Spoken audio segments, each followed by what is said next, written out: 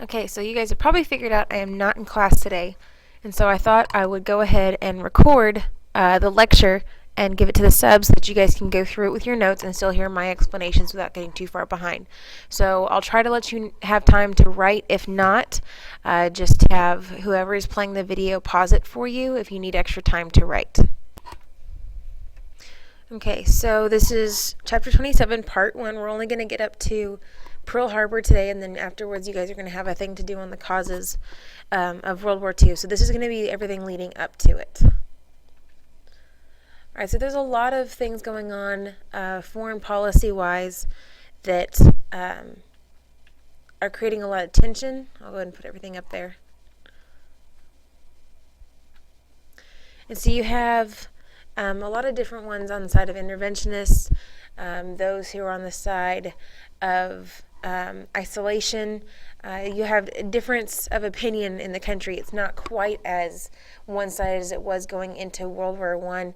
You do have most of the country still wanting to go for the isolation side, going for the neutrality side, but it is you have tension coming from both sides, both groups, those who feel like we need to be involved and those who do not want to push the U.S. into another world war.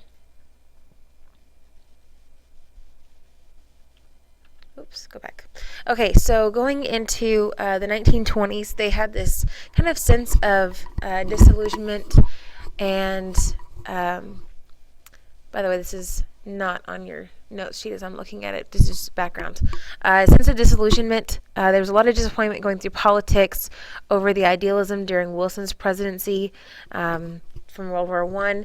And so overall, people are wanting to avoid making any kind of commitment towards international peace.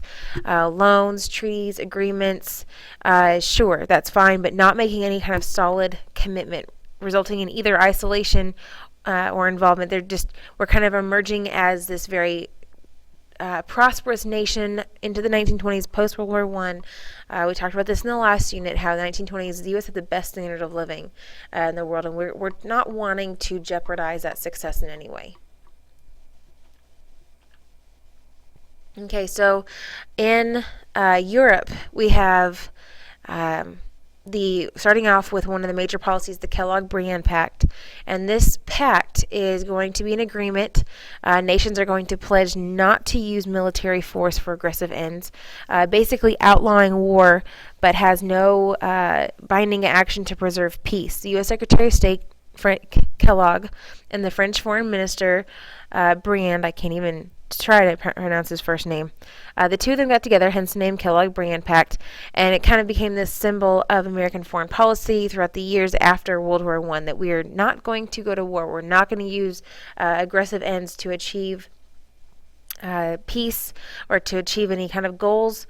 We're going to basically retreat from responsibility. It's known officially as the Pact of Paris. You need to write that down, the Pact of Paris, but basically renounces war as an instrument of national policy, ultimately signed by 62 nations. The U.S. refused recognition of the Soviet Union, ignored their government throughout the 1920s. Businesses still exported, especially machinery, during the whole industrialization process, but they will deny recognizing the Soviet Union. Remember, this is 20s Red Scare. We're not really too excited about everything that's going on in the Soviet Union. And we're going to finally agree upon opening up diplomatic relations in 1933, at least having a channel of communication. The U.S. is going to quarrel with former allies over the payment of $10 billion in wartime loans. The U.S. went from being a debtor nation to a creditor nation. Europe could not compete economically. We had one of the things in your homework that was mentioned was the Hawley-Smoot tariff.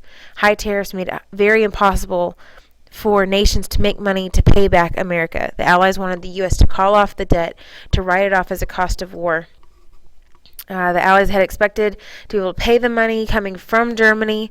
They were supposed to pay back $33 billion to the Allies, and then the Allies were going to use that to pay off their debt, but they fall behind on the payments. Germans are going to go into inflation, financial, economic chaos. Money was worth nothing in Germany after World War I. And so one of the plans that we're going to enact was going to be the Dawes Plan. I think I have a picture of it coming up. So we increase our financial investment at this point. The Dawes Plan lowers the payments over a longer period of time, kind of like refinancing something, providing for more private American loans to help economic recovery. So what would basically happen with the Dawes Plan is the U.S. would loan money to Germany, who would loan money to the Allies, or who would repay their debt to the Allies, and the Allies would use that debt to repay the U.S. And so, yes, Germany now owes us money directly, but it also helps the flow of money going through Europe to try to keep things going after the war. Here are those in the Kellogg-Briand Pact. So one of the problems is, yes, they've all pledged they're not going to use aggression. Problem was there's not really any enforcement. There's just no teeth to this law. It's, basically everyone's promised, but that only goes so far in world politics. So here's kind of a look at the debt, and you can see the different levels. So the pink are all the nations that were indebted to the United States, 1914 to 1925. The loans that were given to the U.S. or by the U.S. to European states throughout the war are the blue amounts, and you can see some of them, England, quite a bit. U.S. loans for relief in green.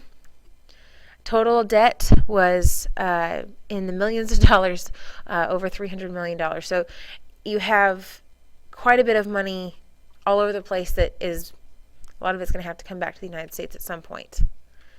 So here's a kind of a slide on the inflation in Germany. Like I said, it's worth nothing at this point. You can see the value of German currency up here. 1914, the number of German marks to the U.S. dollar, 4.2. By 1923, quite a bit more zeros behind that number.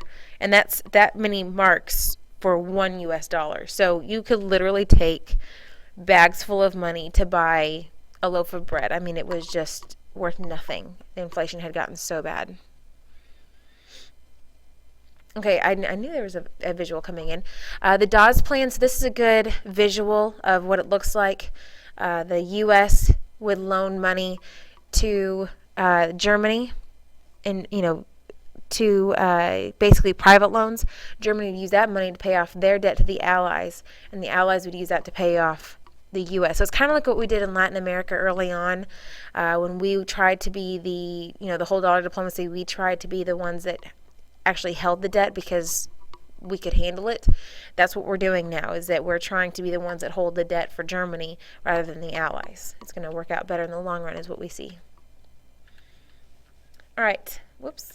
In Latin America, Coolidge, Hoover, FDR are going to substitute cooperation for military coercion. So kind of reversing a lot of the action that had happened during Teddy Roosevelt. The Clark Memorandum is going to be issued and basically reverses the Roosevelt Corollary, basically gets rid of it. We're going to remove all of our troops. We said we had no right to intervene in Latin America. And FDR is going to issue what was called the Good Neighbor Policy, renouncing past imperialistic actions from the United States. He said relations were better now than they were under Wilson. And Wilson even had come in and apologized for actions of Roosevelt. But basically wins a lot of goodwill by renouncing imperialism in the past. A lot of reasons for getting out of Latin America in terms of us being a military presence. Dollar diplomacy intervention no longer made any sense. There was the rise of these militaristic regimes in Germany and Italy, and FDR seeing that if we have cooperation in Latin America, it's going to be a lot better for us in the long run than if we try to keep taking them off. The Secretary of State, Cordell Hull, at the Pan American Conference, had a conditional pledge of non-intervention. The U.S. is going to renounce their right to intervene in Cuba, the Platt Amendment, and U.S. troops were no longer going to occupy any part of Latin America. We basically, by becoming these good neighbors or these cooperating neighbors, basically they issued a message or created this message to European power nations who said if a European power were to try to commit an act of aggression in this, over on our side of the world, you're basically going to get a response from the entire hemisphere because we all work together. And so kind of prepared to consult together for the mutual safety and good of our countries and to try to not be overtaken by any of these militaristic regimes that were coming up. We do continue political, economic, domination of Latin America, but we stop coercing.